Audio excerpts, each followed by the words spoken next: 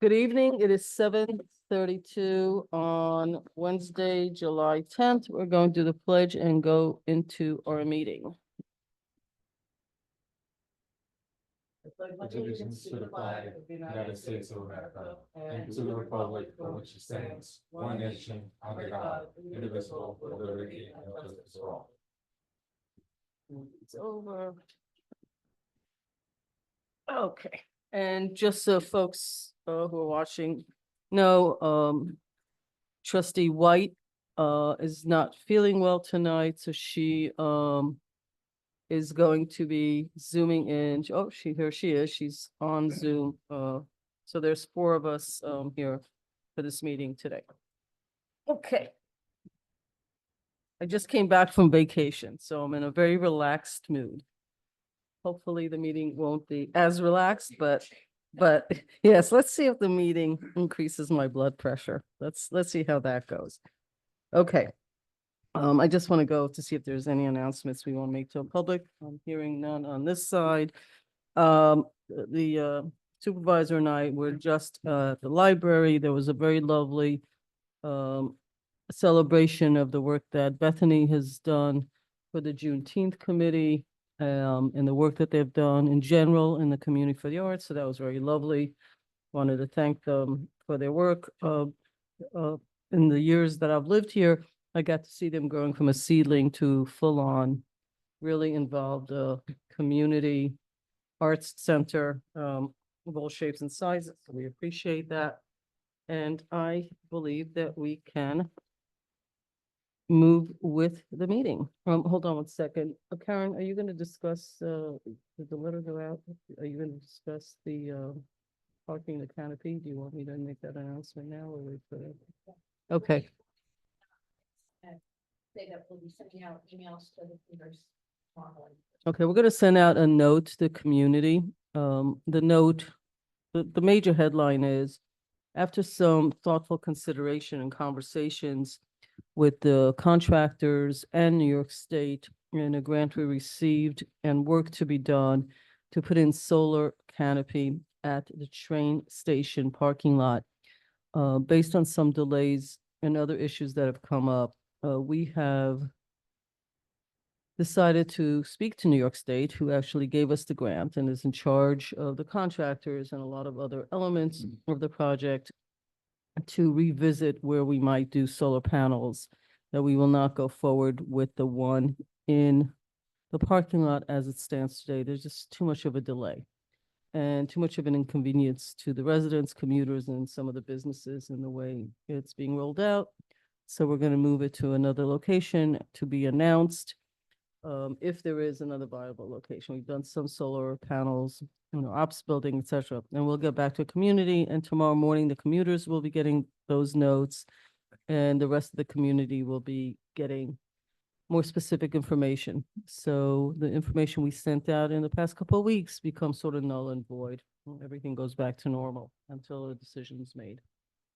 Okay, that's it. We have first topic, local law. Yes, first topic is the law.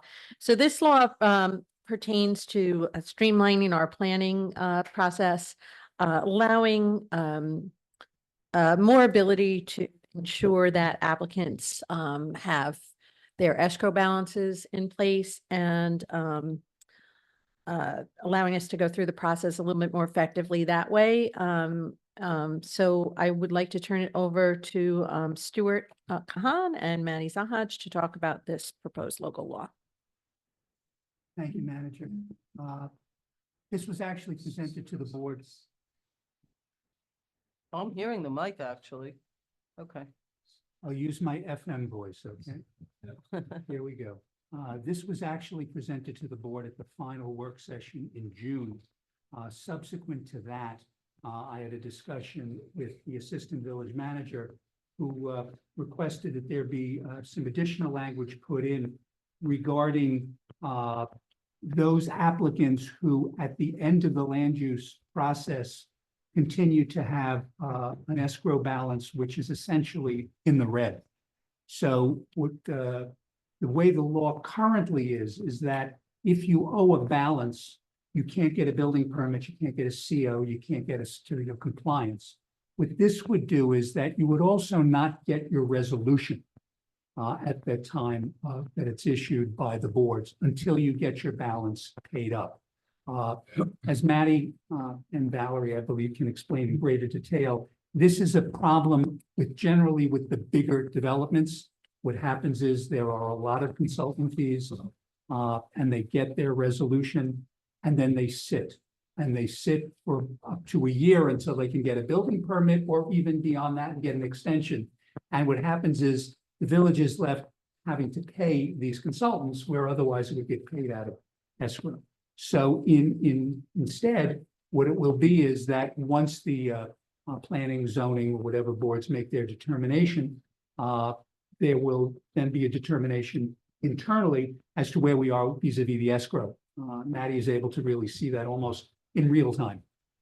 And if in fact there is money that is owed and there is insufficient funds in escrow, the applicant will be told that and they will not get their resolution. The only downside from the village's end is that it extends the statute of limitations for someone to challenge the determination of the land use board. Because the way that works is it's 4 months or 30 days, depending on the board, from when the resolution is filed. What we're doing here is we're not doing anything with the resolution. The resolution won't be signed, won't be filed. It will be held until that applicant has in fact come up with their escrow. The applicant really wants to move with their project, they'll get their resolution. If they don't, then it will simply sit until they are potentially prepared to do that. And frankly, if we don't get it, we can seek to get those fees on the next tax bill for that particular property. There's a process in here to get it paid that way. But so this basically gives the assistant village manager, planning consultant, and the planning folks another ability to basically get those consultant fees paid so that they don't get held. And again, it's really with the bigger projects. We don't see this with the smaller projects. And it's just a matter of being able to get those funds, which can add up quickly, particularly with the bigger projects. Maddie, I don't know if you have anything you want to add. Stuart hit the nail on the head. Thank you very much. This is something that, Stuart kind of said, I wish that you guys had come to me sooner on this before I had drafted the original change to this local law, which, if the board may recall, was changing the window from 15 days to 5 days, the window under which an applicant can protest the charge.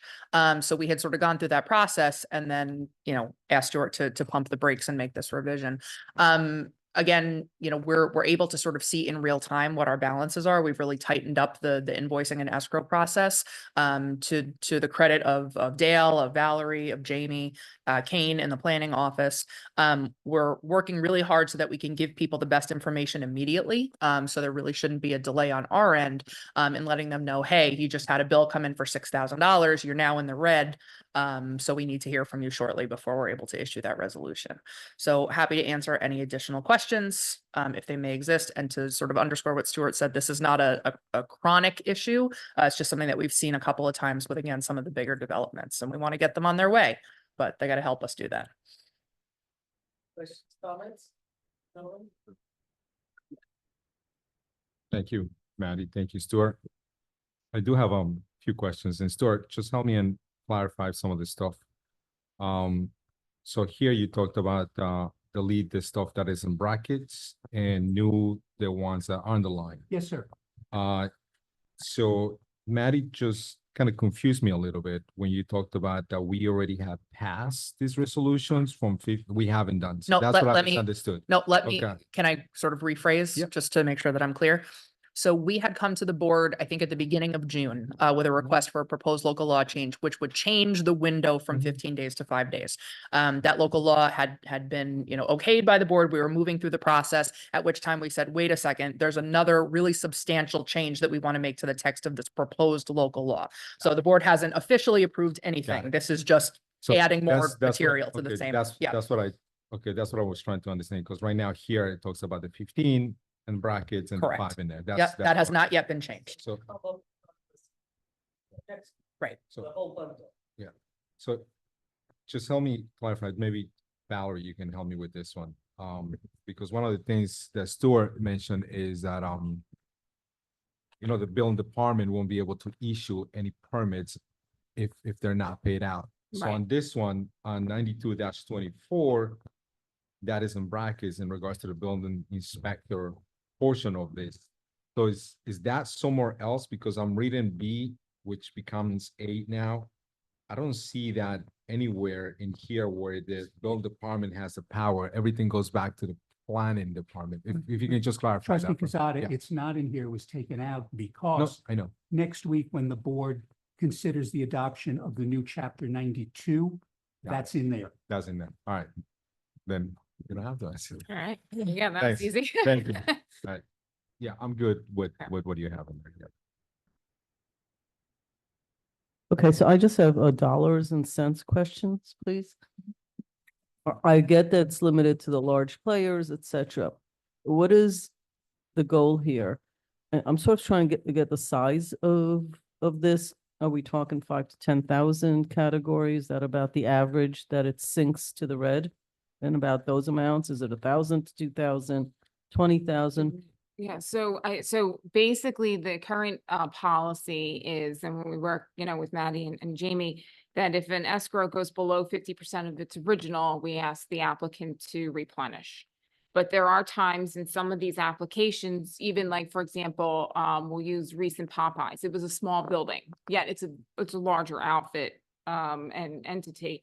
And the small building, I think, puts it in like the 3,500 category. So we're looking at a smaller amount of like escrow that's required to be replenished. However, that particular application had a lot of complications to it and required an external traffic engineer to review basically the queuing and the traffic. And so ultimately the bills were higher than 3,500. So in those types of situations, you might have a bill or two coming in afterwards, in which point that small escrow needs to be replenished. And at that point, the project has already been approved. And so we're really talking about, small amounts of money at that point, somewhere on the order of like 5,000 or so. Okay, so that gives me a sense of it. And so the trigger is 50%. When it goes below the 50% mark, Right. you ask that the escrow be filled back up to the original 100%. That's correct. Okay, so the only flaw might be that you underestimated the first one, let's call it 3,500. Now you need 7,000, but that's not the size of the project. That's correct. So I would just suggest that there needs to be something that gives you the door. So 50% sounds right. I mean, lawyers do that, right? They have escrow accounts and they say it reaches below this. I send you a note and you got to fill up the tank again, right? But if it's a different amount and it's in real time, because you actually now know that you have a bill for $10,000. It's Right. not like an imaginary number. You may want to give yourself the opportunity to actually request that. But maybe what you're saying is, well, they're going to pay it, because if they don't, so I just don't know if you're asking to fill up the tank again, and the tank is a lower amount than what's needed. or No, you're at actually that saying, point, we asked. we them- have bills for 10,000 Right. and therefore I need you to put Right. that money. Okay. At that point, we will ask them to pay All for right, so the everything else, 50% yes. is only the first round. After that, you have a better Well, sense. Right, so sometimes it could be multiple rounds depending upon the Okay. application or how long the application takes in front of the planning board. Okay, I just want to make sure that as we're doing this, that we're covering, that you get the door open. Yes, yeah. Not be limited. Okay. Okay, am I getting pretty much a yay? Dana, do you have any questions, comments? Is it a thumbs up for you? The three of us are going thumbs up, but, what are your thoughts? Sounds good. Okay, all right, so we're gonna move forward with the whole bundled piece. Great, thank you. Okay, moving forward. Next up, we also, based on comments that the board made in May on our EV charging station legislation. We are, we've, those have been incorporated, and I'd like to turn it over to Corporation Counsel and our planning consultant to talk about those revisions. Thank you, Manager, and my thanks to the folks at Nelson Pope, because my job at a lot of this was to put it into a format that looks like an actual local law. But what you have before you is a proposed local law for electric vehicle charging stations. Taken from some of the other municipalities, in large part Yonkers has one. There's some language in here that comes from the recently adopted Newcastle ordinance. I do want to point out this local law was sent to the building department, to the police department, and to the fire department. We got comments from all three. The police had no issue. Chief Scarduzio had a few comments which have been incorporated, and the building inspector had a few comments which have since been incorporated. But basically, what you have to do as an applicant depends in large part on the level of the service that you're going to do, level 1, level 2, or level 3. Level 3 essentially being large type of charging stations, which would require more than just simple site plan review. I should point out, level 1 does not require site plan review. That's a given as it's written in the code. 2 and 3 will require site plan review. There are provisions here in terms of what has to be done if you're a level 1 as compared if you're a level 2 or a level 3, as well as if you're putting these particular devices in parking garages, what happens if you are going to decommission them, and what's the process for that. There will be an escrow that will be required. That escrow will just be for level 3. So for level 3, and that will be, the escrow will be paid at the time the application is submitted, and we'll know what the escrow will be because one of the things that the applicant will have to provide is an estimate of what those decommissioning costs will be. Decommissioning, not just taking it away, but basically terminating the electrical service, as well as basically fixing the property back to what it was before. So there will be an escrow that will be put down. If that escrow proves to be insufficient, there are methods in the code here to essentially get the money either through taxes, put it on a tax bill, the board would have a hearing as to what that amount would be, or to basically just essentially bring an action against that property owner to get that.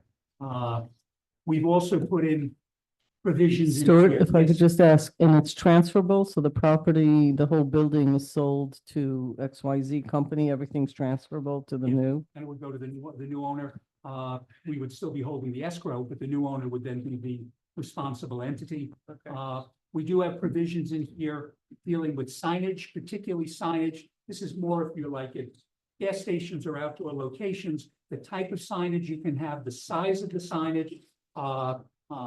We do, although we do have a provision in here that they must comply with the noise ordinance, it also says that the audio, there can be no audio from the charging station. So in other words, you can't have like, or, you know, charging station TV, so to speak, which you do have at a number of locations. This you can't have. Also, as we have the internally illuminated screens will not be permitted in any residential district. Those will only be allowed in the commercial districts within the village. You can have a charging station in a residential location. You're permitted to do that. You can even have a level 3 if you really wanted to there, but you cannot have internally illuminated screens at any of those locations that are outside of commercial districts. And then a couple other Yeah. things. I think there were some concerns from trustee Fritchie dealing with fire safety. And so we definitely, we included additional requirements for fire safety, dealing with parking garages.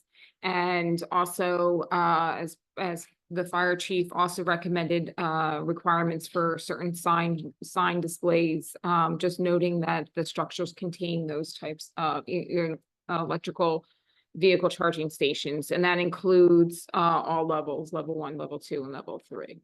but just to note that with regard to the signage, there is an exception here for 1 and 2 family homes. Yes. But otherwise, they would all have to have particular signage so that first responders will know that there are EV charging stations at that particular location. So they can, Sure. yeah, So I was just reading that, sure. the 1 and 2 family, why are they exempt? What is the difference? If it's in a garage, we don't know it. There's a reason why because. it This could be was in a more, garage. Trustee, this is actually more discussion with the board. I put it in only because I know that we don't like to necessarily have a private homeowner have to essentially, and I got it. I live in the town, I have one, there is no similar requirement in the town. But again, if the board wants to essentially require that everyone, level 1, 2, and 3, regardless of zoning district, regardless of type of property, have the charging, have the signage that's required, the aluminum signage, we can easily change that. That can come out. So there's no, that's more a matter to put in as a discussion for the board. And we can do that. I should point out, this will be a change to the zoning code, so it's got to go to the planning board for review anyway. And I think given schedules, we're probably not looking till the September meeting that the planning board would even be looking at this. The last part of this proposed local law, which does not deal with charging stations, but deals with the issue of district boundaries.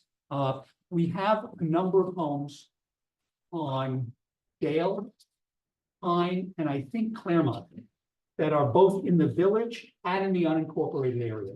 We had a circumstance recently with a property where a violation was written up because they had done work in their backyard. And if you went just by the size of their village property, they had exceeded the impervious surface requirement.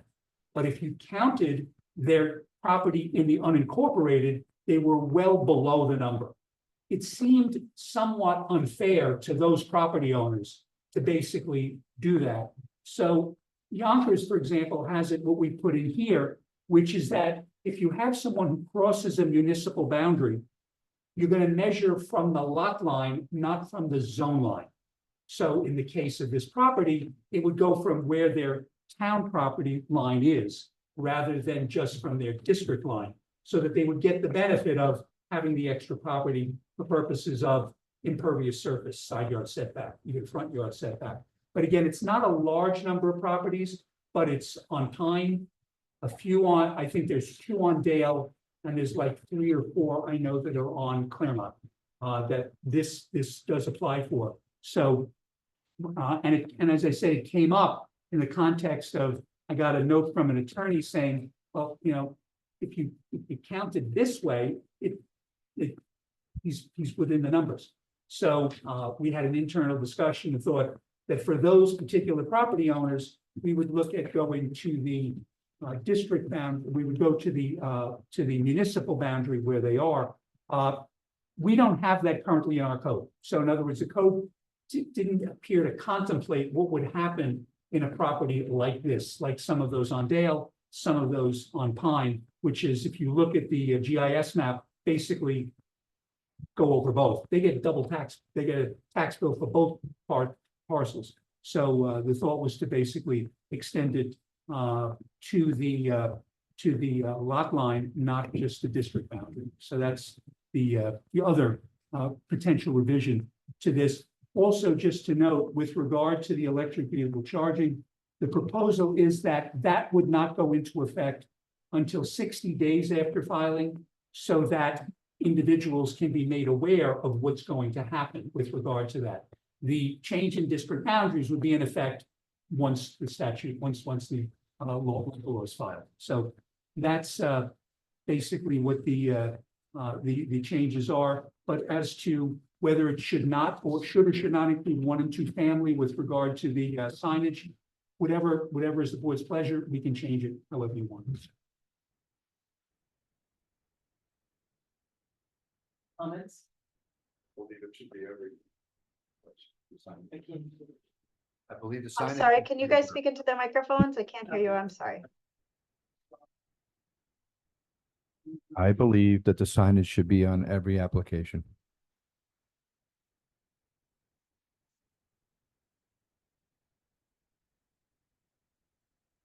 It's an out, outside sign that warns you that there's EV charging going on in the residence. Because if it's inside the garage and we don't know it, potential bomb sitting in the garage for us to walk into. Where would you put, like, in design, small signs, like, Generally- As of right generally- now, it's an aluminum sign. What it says now is structures containing level 1 EVCS, because this will only be for level 1.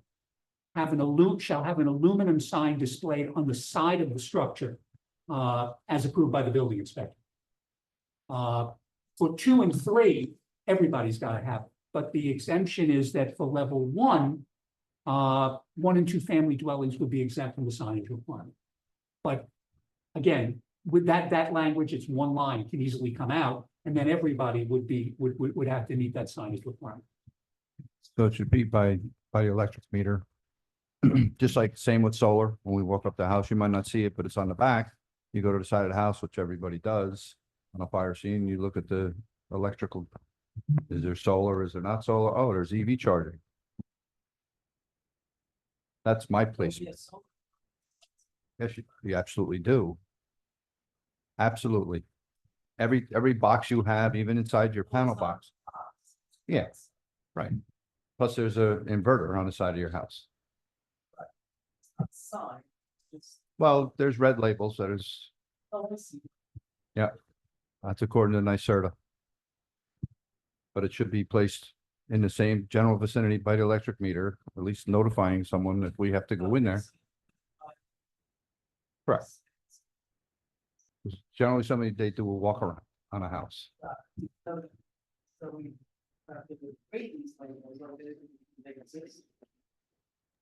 It's, Sorry, I can't hear you, Mayor. I think, would Sorry, I'm okay, trying to go ahead, see if Mayor. these labels exist.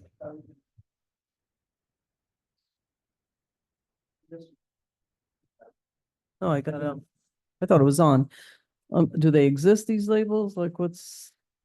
I don't know if they exist, however, similar to the signage that we now have when there's a land use matter, it's basically, it's essentially notification, there is an electric vehicle charging station inside or in this garage. Okay, but those are actually the sides of like posters, those signs, and they're temporary. They come off. These are permanent. These would be aluminum signs that would be attached to the structure. That's correct.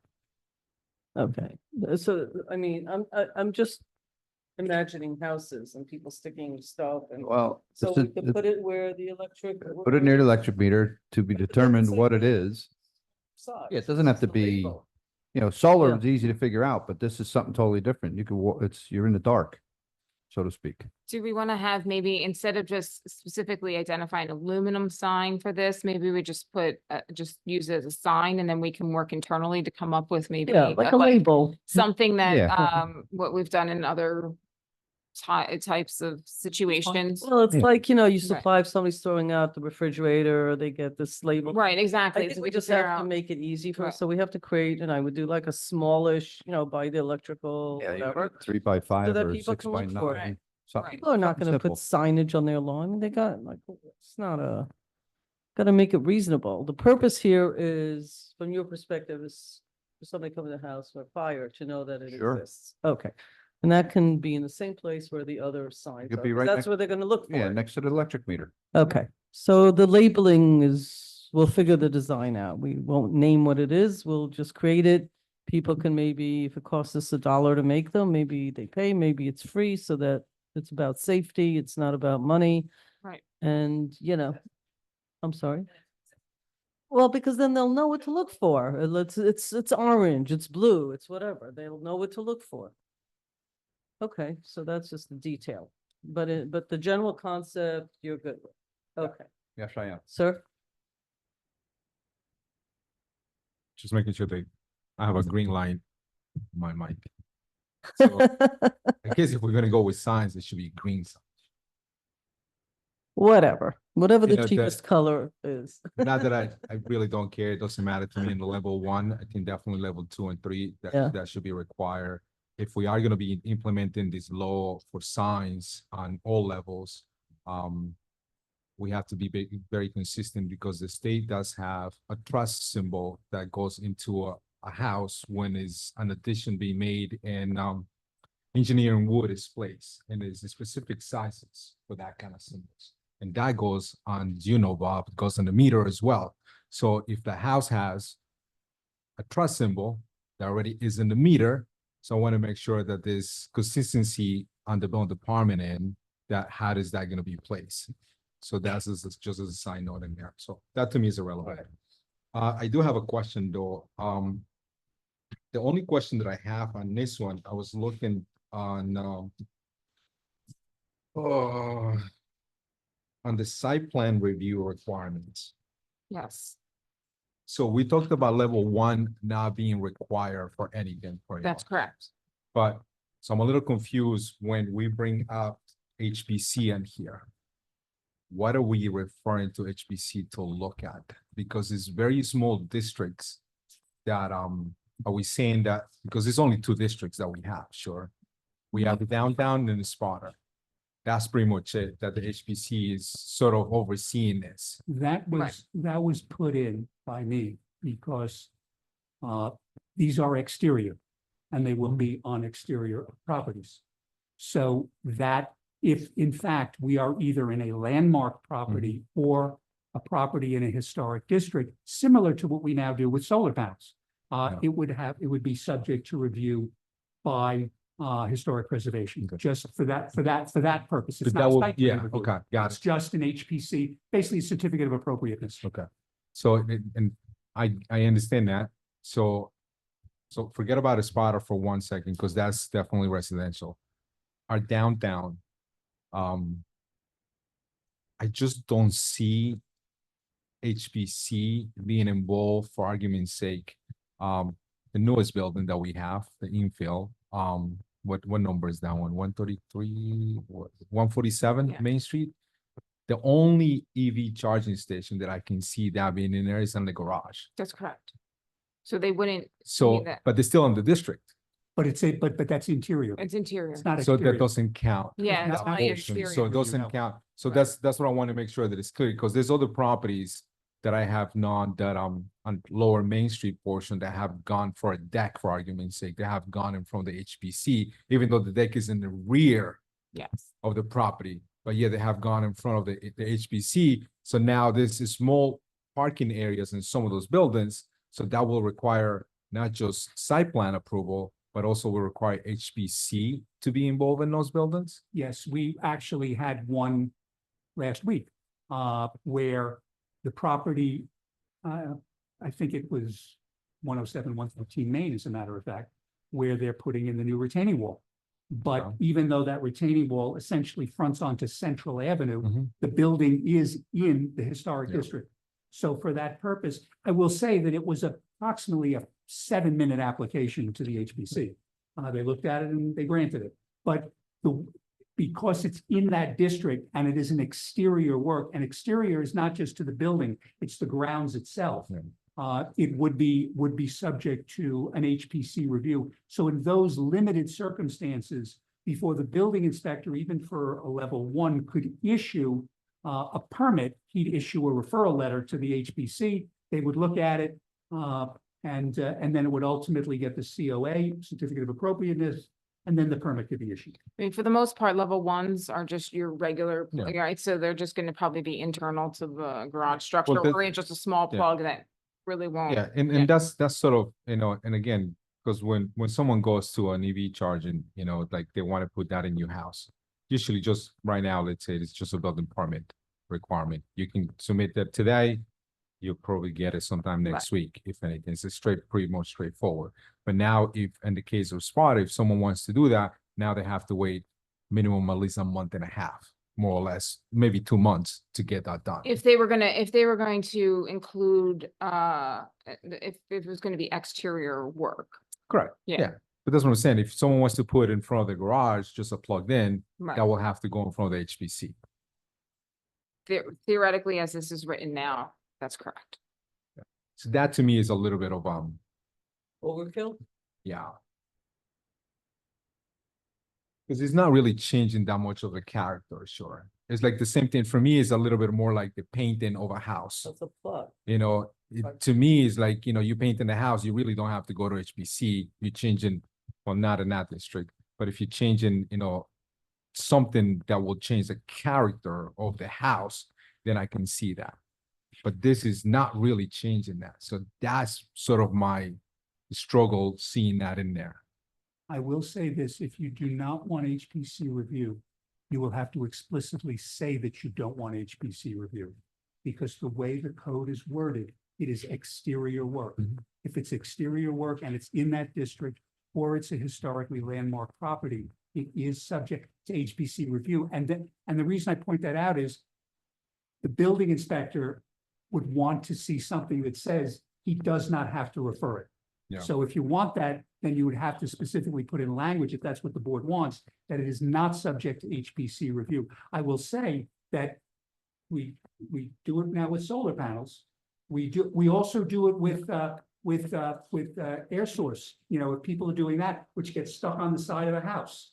HPC reviews that. But that changes the character of the house. We're talking about a plug that maybe twice the Not size. necess- But it might be, Yeah. but again, if the board wants to go in that direction, we will do it, what you want done, but it has to be explicit in the code that this review is, that HPC review is exempt from this. That would have to be in there. So Well, can we can make it easier? Because I'm against that. Right, But- so one thing I just want to point out, though, this one specifically says no building permit. And our EV charging stations one, the only requirements for that deals with an electrical permit. So theoretically, you wouldn't get a building permit. No, for I never, EV yeah, ones. you just said you Right. submit a permit. So let's make it easy. Okay. That's my 2 cents for this. Why don't we just send that an email to HPC explaining this? Send them in something that will be typical so they can visualize what an EV charger will be and a zone like Level that, one. level 1 only, and see what their feedback is. If their feedback says, you know what, we're gonna do this, we want to review this, then we'll put it in. If they say, look, this really does not gonna change the character of the neighborhood, then we'll leave it alone. That's just my only concern right now in here. I think everything else is okay, so. My only statement on that is it's a volunteer board that changes. You could have another board that comes back later and says, well, why aren't we reviewing these things? Again, if you don't want the HPC to review it, you can change what they don't review. You can put in that this is So- exempt from HPC review, and if it is, Just the then it's level one. exempt. So, I was part of this whole process 20 years ago. It's not that long ago. But Valerie, you and I were there. We went over this. Joanne Toll was the chairman of the board. Yeah. We selected a lot of stuff that we felt at that time in the HBC should not be reviewing. And a lot of the stuff is very clear in there. So they did have some feedback, and that feedback has a stand for the past 12 years until now. If the board will feel, the HPC board feels anything different, they're more than welcome to say, we should be reviewing this at any time, or we should not be reviewing this. So again, if we don't want to send it to the board, to the HPC board, then my stand is that should not be part of the HPC review. And we just go to an electrical permit as is. Alright, so unless this is a problem with it, the argument of the board's changing, every volunteer. Okay, again. Rika, can you please turn on your microphone? I don't know, oh, you know what, it's blinking, it's going on and off. What's happening? Try that. Yeah, you can have. This one is blinking. Okay, here we go. So look, the argument of the board's changing, the boards change, all of them change, all the time. Our board changes. So, that to me is not the crucial factor here. There's no harm in asking them and explaining to them that it's the size of an iPhone. I mean, these plugs are getting smaller and smaller.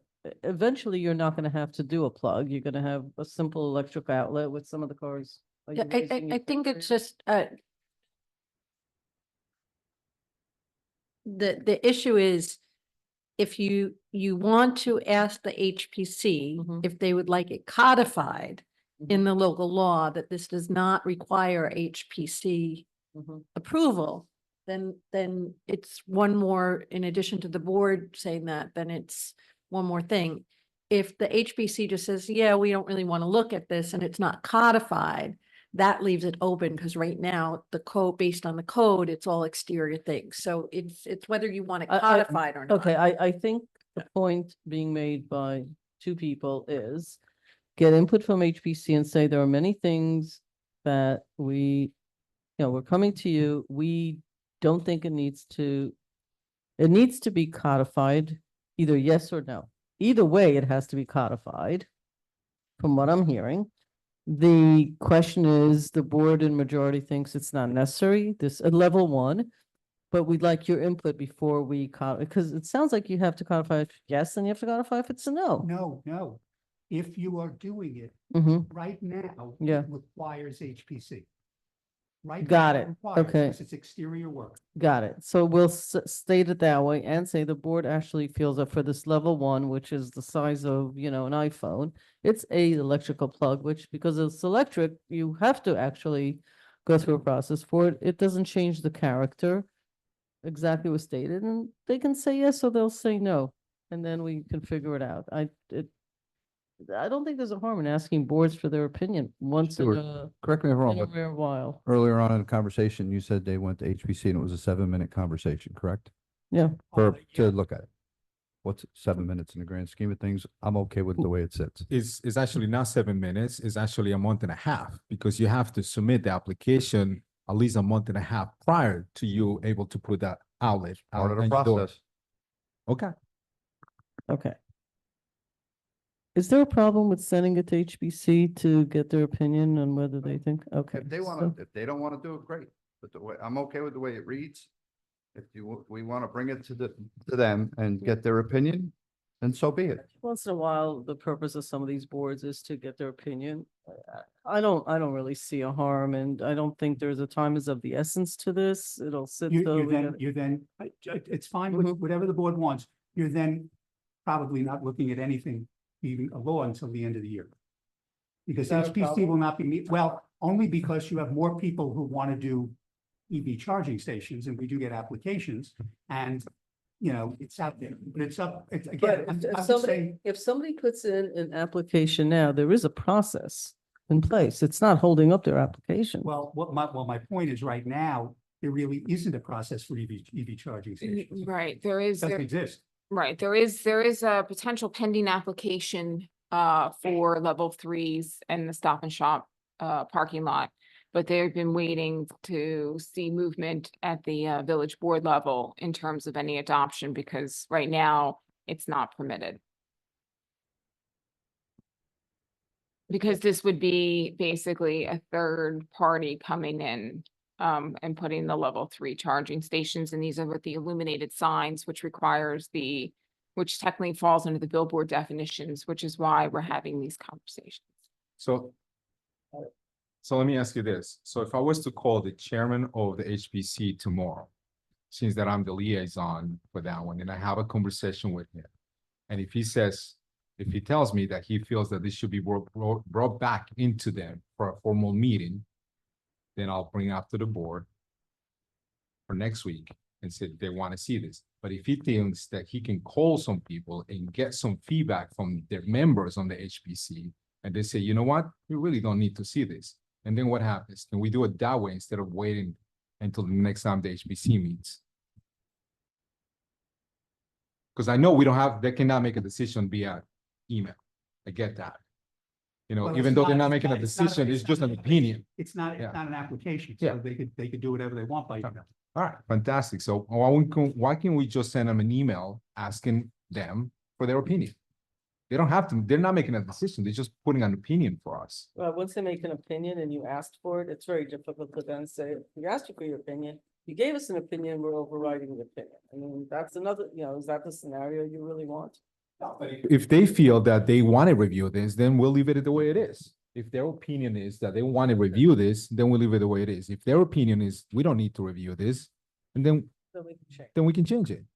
Simple as that. That email will take, if you want, I can send that email out. Okay. Your thought is See how it rolls. okay. Dana, comments, questions? I think I don't see her now. Dana, you there? Hello? Dana White? Maybe she stepped away? Okay, so we're gonna go with that. Let's just send a quick email and ask them for an opinion. I think asking boards for opinions is not a necessarily bad idea. Once in a while, we don't do it that often, frankly. I'll obviously defer to the board. My only point again is that they will be, they're being now asked to interpret the code. Okay, so if whichever way you go, the Mhm. code's gonna have to then get changed. I just want, Okay. you know, Next, anybody? Karen? Okay, so the next topic, the Village of Ossining has been working with, other municipalities, that are adjacent to the Indian Brook and, Indian Brook Reservoir, and Croton Gorge. The charge was to create an overlay zone that would basically protect the watershed. Valerie is here now to talk about the local law proposed for the overlay district. Yeah, so I've previously attended a previous work session where we discussed the overlay. It was referred to the planning board for their recommendation. The planning board does recommend the overlay, and their only comment was that when you go through for public hearings, that maybe put some notice out to the public about this particular overlay, especially if any particular property owners are interested in understanding what the overlay is. Something similar went out actually in the town of Ossining last week, so I can always provide you a little bit of a summary. And so basically, I think this local law is ready to call for a public hearing. What's the purpose of the? The purpose of the local law is to protect the drinking water sources for both the Indian Brook and the Croton Gorge watersheds. So it specifically deals with the water sources for Croton on Hudson, as well as the drinking water source for the village and town of Ossining residents. Right now, the town of Cortland has adopted the overlay. The village of Croton on Hudson has adopted the overlay. The town of Ossining has closed its public hearing on it, and I believe it's going to move forward with the adoption of the overlay. And Newcastle is in the process of its public hearings. And it's regulating development in that immediate area. Right, and it's not necessarily, it's regulating the some of the development controls as opposed to actually development. So it doesn't change the overall densities or the development that can occur, especially in the village of Ossining. But what it does is it does require some additional requirements dealing with stormwater management. Certain things are prohibited in terms of like pesticides, herbicides, things that would cause water quality issues. And then it also requires additional wetland buffer restrictions. But again, in the areas that this particular overlay and the parcels that it affects in the village of Ossining, most of it is already developed. And so it really affects more of your more rural areas within the watersheds, which are outside of the village of Ossining. Really, where is it? What municipality is most affected? The properties that are most affected are the town of Newcastle, town of Cortland, and then some of the town of Ossining, especially the larger land properties. All right, questions? No. Annie? Always. Valerie, Yes. I have no questions in regards to the law. I think this is good. Thank you. I do have a question on the technical end, so maybe Maddie or you, Valerie, can help. So on the GIS system that we have Yeah. right now, either we still don't have the zoning element on our GIS. Last time I checked. So if I go to our GIS, if I put Spring Street or Spring and Main, if I want to know the zone that is that location, I don't think that's the layer yet that was taken out the last time, and I have asked if we can incorporate that. So for me, the only way to find out what some of those layers are, I have to go to Westchester GIS to go there and do that.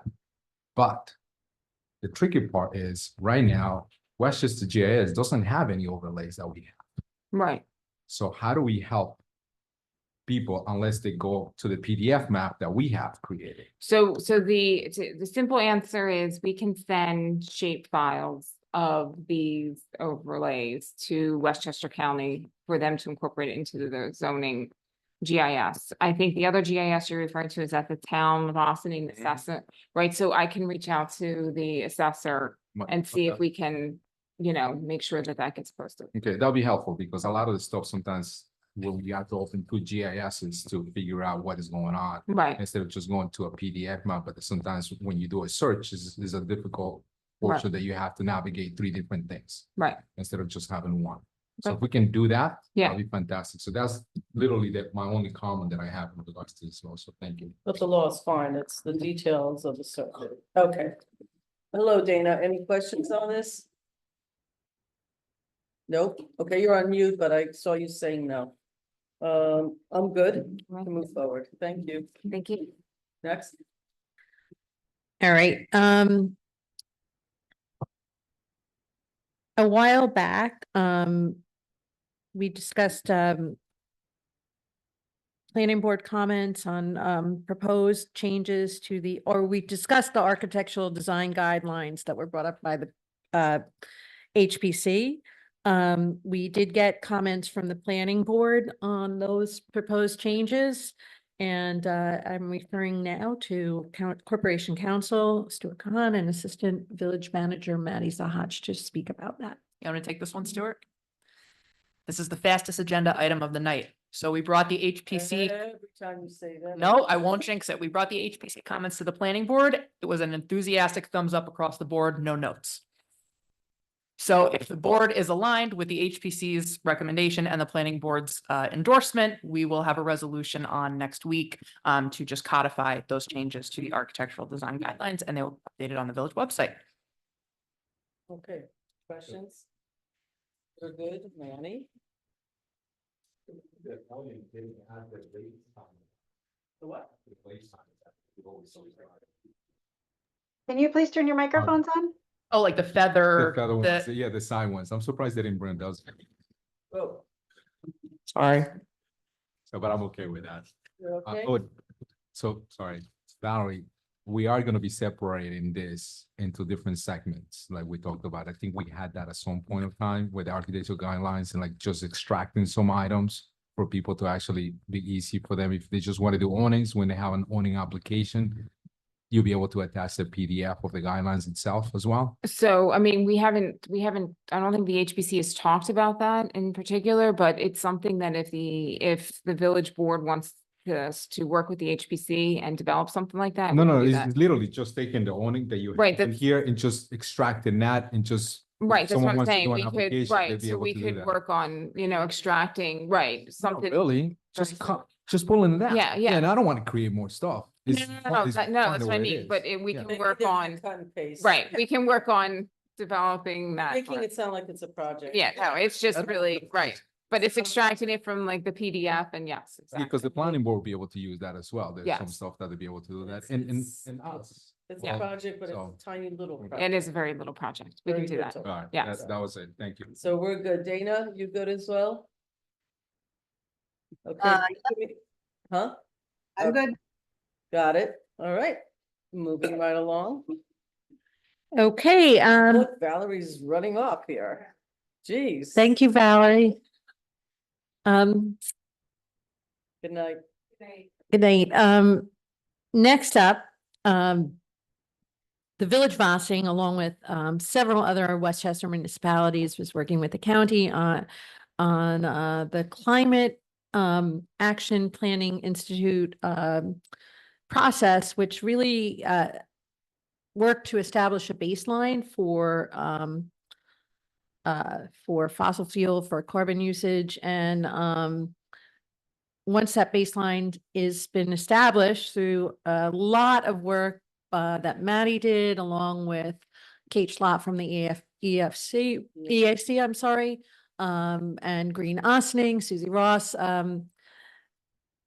We've established these benchmarks that will then be part of a county-wide benchmarking system to allow municipalities to be able to mark their reductions of greenhouse gas emissions and their carbon footprint. And I will allow Maddie to talk. This was a very tedious, challenging project that took many, many, many months and a lot of analysis. Thank you. Is So this on the link to the agenda? we just added it this afternoon because we're still making changes. I got, okay. Yep. all right. Yep. So this is. It's up there now. Hot off the press. Hot off the press. I was working until literally moments before I walked downstairs to make sure that this was ready. Jamie has also made a spot on the website for it to live. So the presentation will live there as well as the actual document. And we'll get to what we're asking the board and folks in the public to do very shortly. But as Karen introduced, this is the climate action plan for the village of Ossining. For those who've been following along for some time, the village last did a climate action plan. Well, it was actually Green Ossining that did it on behalf of the village and town in 2009, 2010. So it has been quite some time since this has been revisited. The town and village did do it separately as both members of CAPI, which is the Climate Action Planning Institute.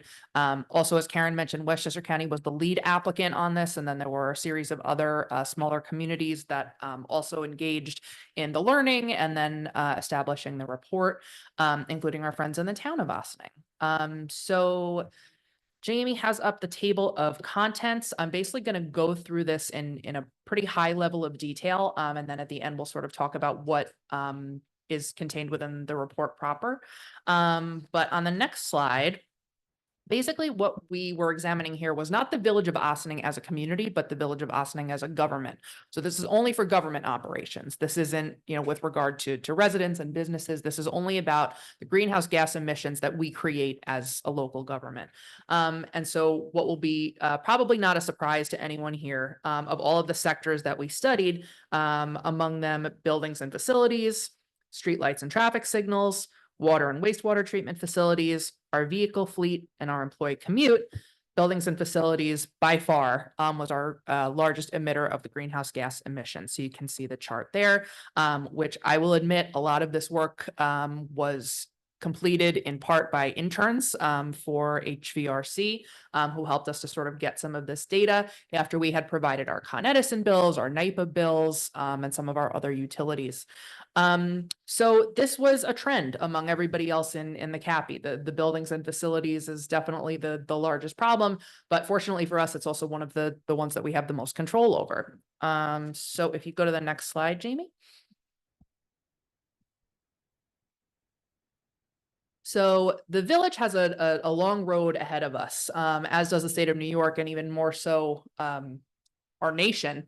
New York is making good moves, which was actually able to reduce the village's goal because New York State has been doing so much work on its own. But basically, the Climate Leadership and Community Protection Act requires New York to reduce emissions to 40% below 1990 levels by 2030. So in 6 years' time, our levels are supposed to be 40% lower than they were in 1990. That is a very big ask. The good news, though, is that New York has been working very hard for quite a while at this. So in 2022, the report that came out said that we've already reduced emissions by 7% from 1990 levels. So we only have 33% left to go in 6 years. We can do it. I believe in us. Jamie, next slide, please. So after going through the whole process and again, looking at some of our output, and I just want to remind everybody again, the data that we use is from 2019. Obviously not ideal. The world is basically a different world than it was in 2019. All of the communities were in the same boat. This was the number that was put into the grant application. And so this was the complete year that we used. So take some of this with a little bit of a multiplier. But the learnings that we came through were that the village can apply some policy changes in 4 different areas to really help us on those greenhouse gas emission reductions. As I mentioned, buildings and facilities is a number one in terms of where we're able to make moves.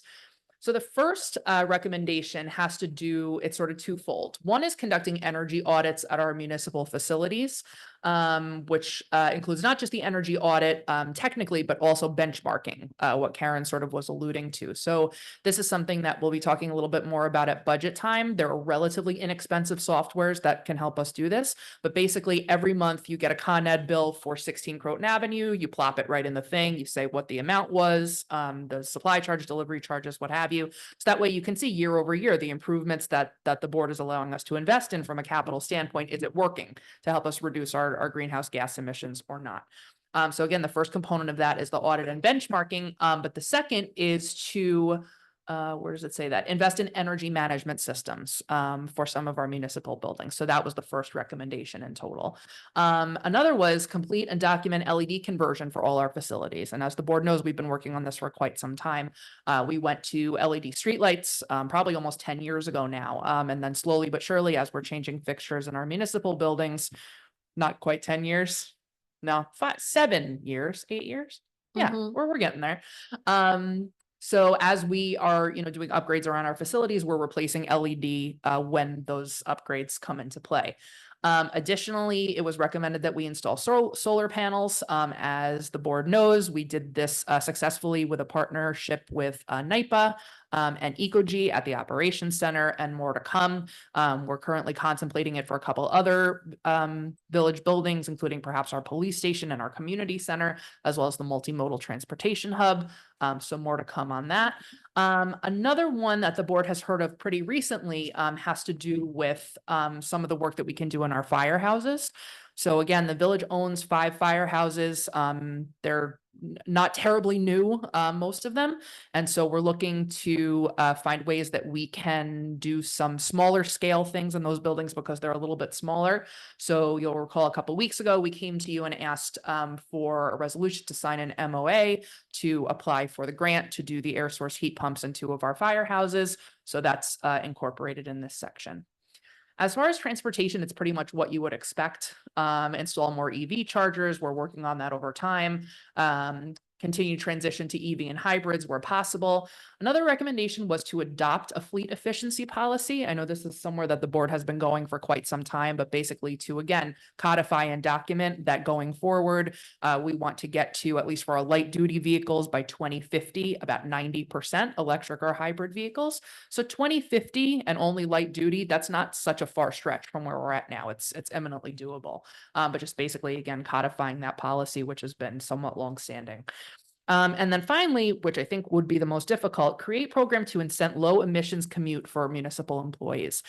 Something that I found in the work that we did on this, we created a survey that we handed out to all village employees. It was optional. We didn't get a huge amount of turnout on this, but it was basically saying, back in 2019, go in your time machine. Do you remember where you were commuting from and to? What kind of car you were driving then? How much it cost to fill up your gas tank? From the input that we got, people have actually gotten bigger cars since 2019. So in that respect, at least with the small sample size, we're actually headed in the wrong direction. But something that has been recommended is that we continue to work with 501 New York Rideshare and different companies that can offer shuttles and things like that for folks who live locally, and then somehow incentivize our employees to participate in those programs. A little difficult in a union shop. There's really only so much we can do with something like that.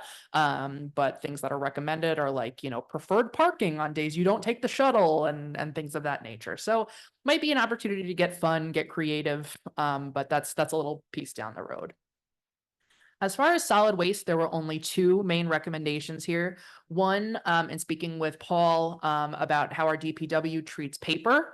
We recycle all of our paper, but we don't have it documented that we do that. So that would be a good step in the right direction, just to sort of remind everybody that that's what we stand for.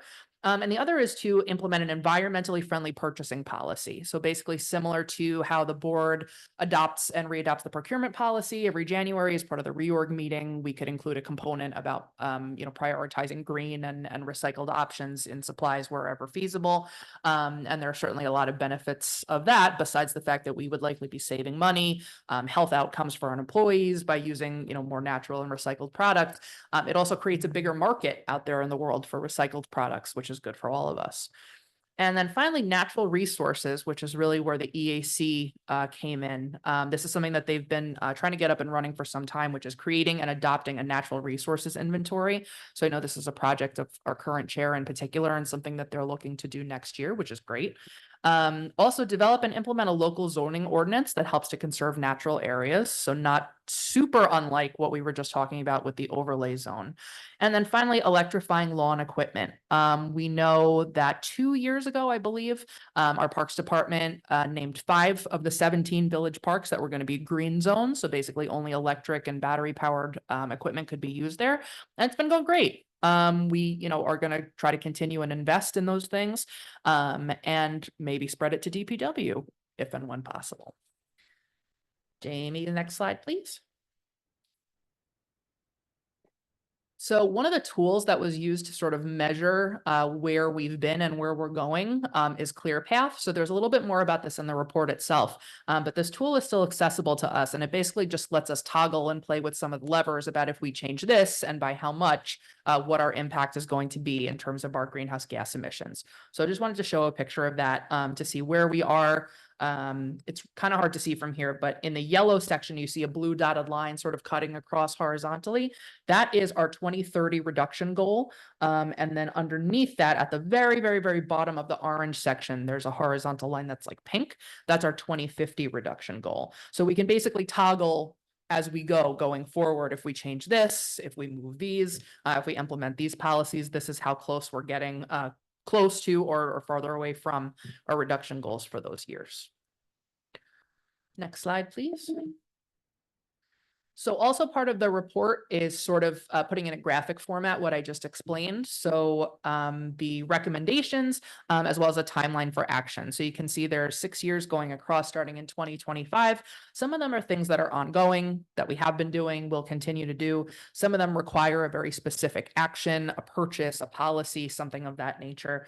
So again, this is contained within the document itself, which is at this point still a draft document.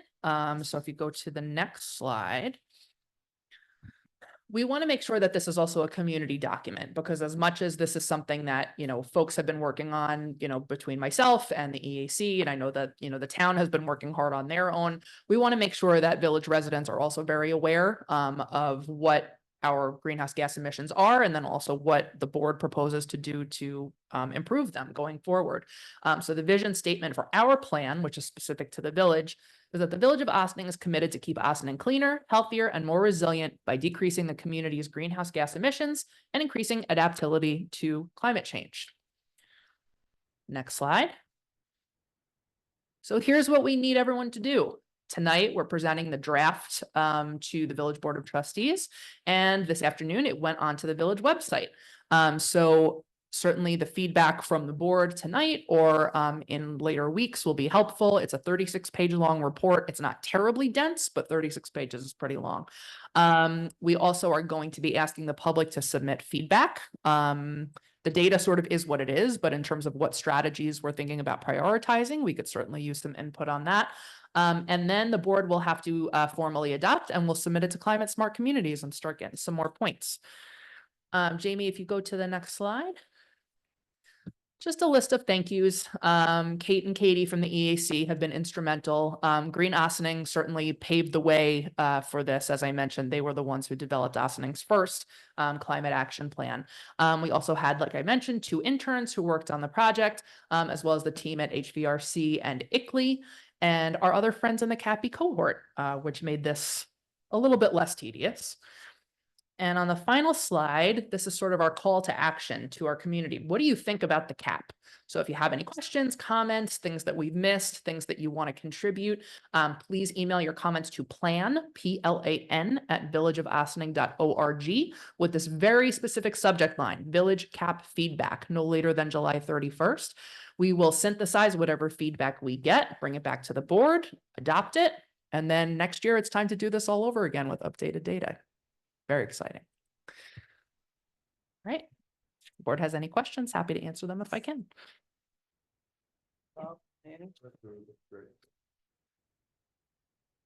Thanks, Maddie. So I guess my my question is more or less, this was 2019, and I know a lot of stuff has changed, and I know a lot of stuff is gonna keep changing, especially for our facilities itself. You know, one of the big ones in here is obviously the water treatment plant. So I'm hoping within the next 5 years, that number will maybe be half. Maybe. You think it will be more?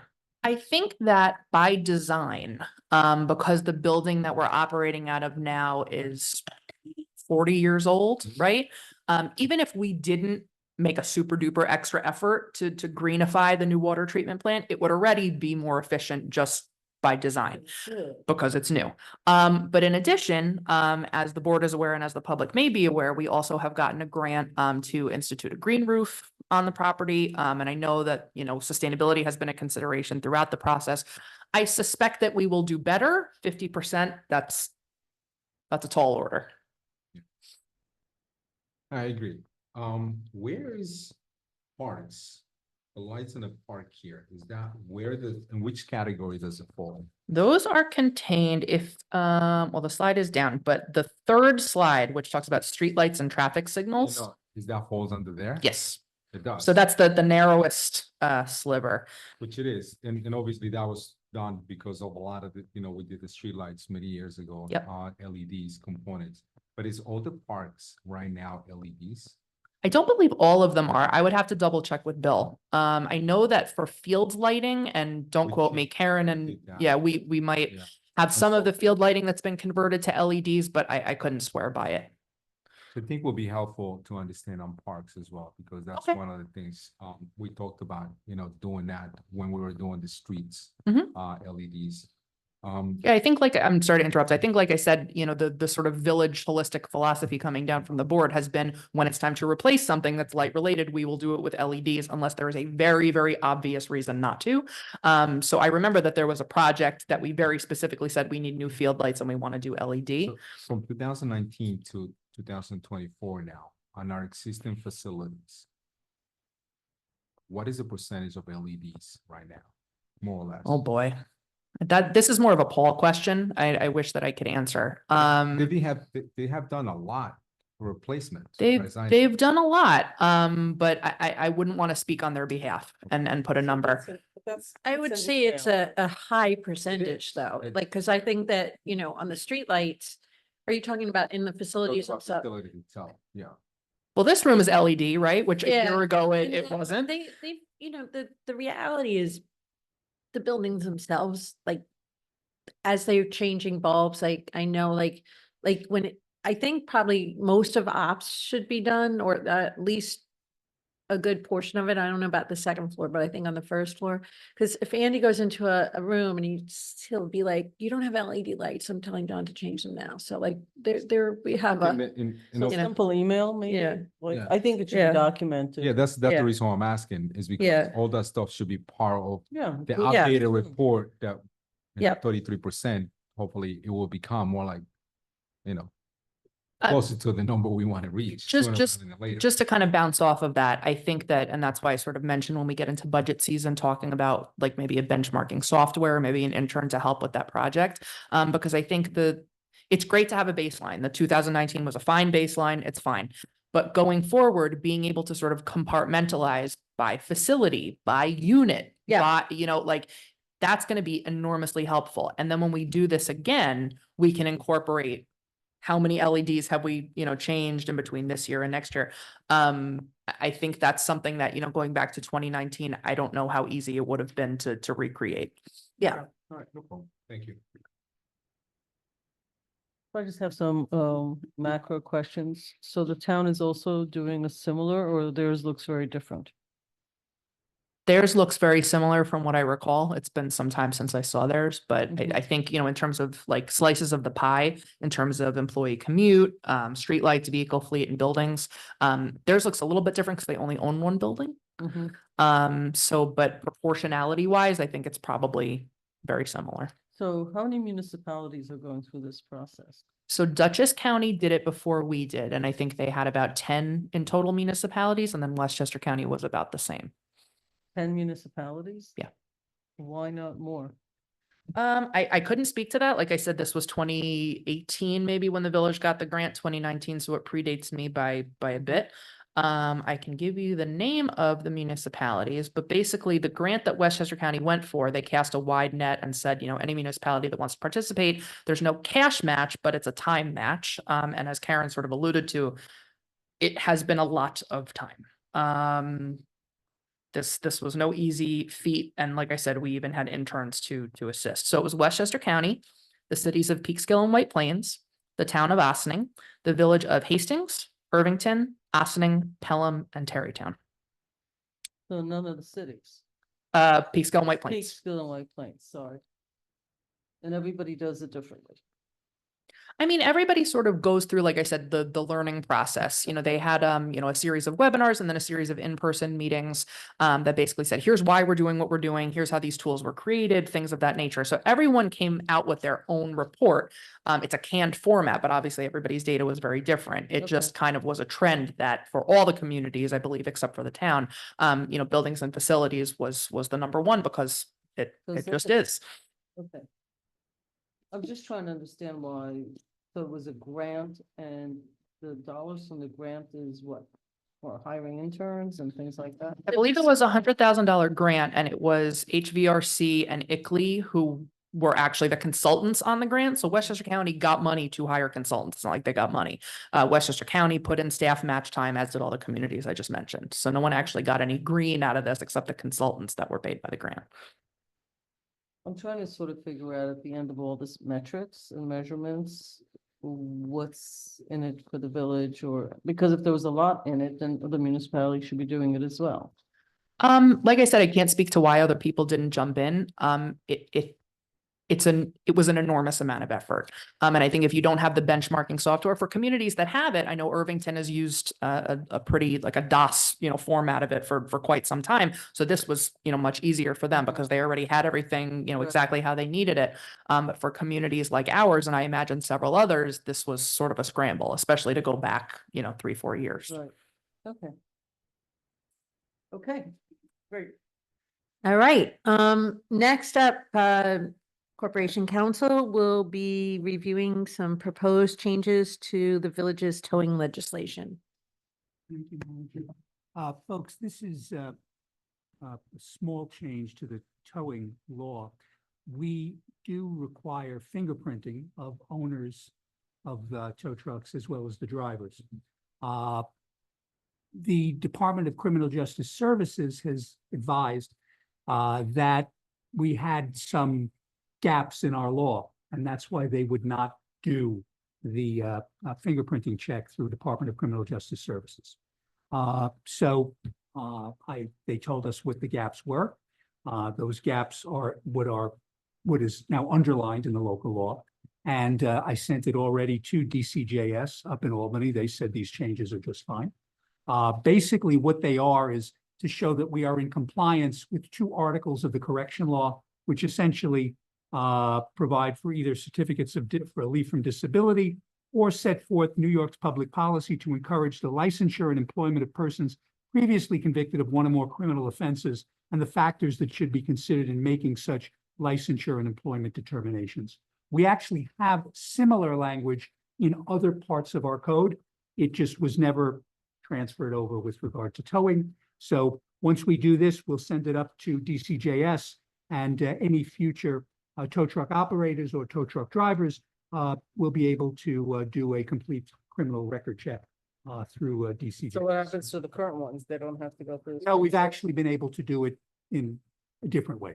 Okay. So we're able to get it done. But this was something that was noted to Sergeant McGovern. He got in touch with me. And then what we have here is just basically a proposal to 2 sections of the code, which will include the language that has been requested by DCJS. Questions? Folks, Dana, questions? Dana, questions? Nope. Okie dokie, moving forward on this. Thank you.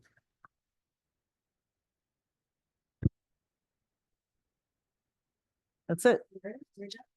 We are done. Anything else, folks? Can I just ask on the previous piece, you didn't put down, you put down renocining, you put down, but you didn't put down the people on staff that worked on it. It's actually in the report. It's the front page of the report. Okay, so- Everyone from staff, including a warm thank you to the Village Board of Trustees. Okay, so the names, because I think that names and I would have actually put in hours, but that's my thing about metrics is calculating hours worked on items. So people have a sense of it, but I know we don't do that often. Great. So also if you could remind our staff that when they change light bulbs from regular, I mean, somebody needs to, people need to document. I know it's like, oh, I'll change a light bulb. But when you do 100 of them, it actually makes a difference and it should be documented because you can't just keep going back and doing the same thing over and over again. I know it's hard, but people don't think in those terms. And that was just a simple example. Okay, 5 minutes of 9. I think we're adjourned. We're going into executive session for matters of. Legal matters or matters of personnel, and I think, Mayor, you requested on collective bargaining. Right, I did.